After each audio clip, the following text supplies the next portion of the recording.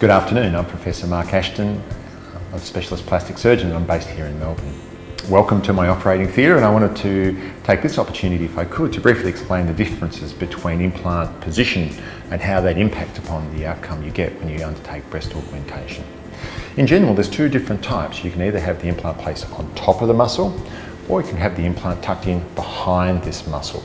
When we tuck the implant behind the muscle, we soften the upper pole of the breast. That means that it's going to give you a much more natural, a much more softer, and a much more subtle result. So if you are looking for a natural result in your breast augmentation, a good place to start is by asking for a subpectoral or an implant placed behind the pectoral muscle.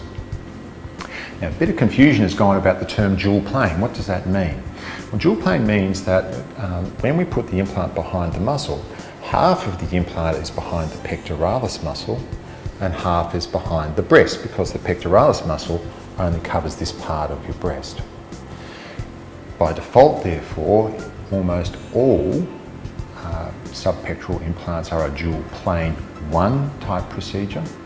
And if we need to incorporate some lifting of the breast, we can do so by modifying that technique to be called a dual plane 2 or 3. That gets a little bit confusing, and it's probably best to discuss that with us in person. But enough said that with most of the modern techniques, if we're going under the muscle, we'd be using a dual plane technique. If you have any questions regarding this, please don't hesitate to give our rooms a call. We can make an appointment and go through this with you in detail.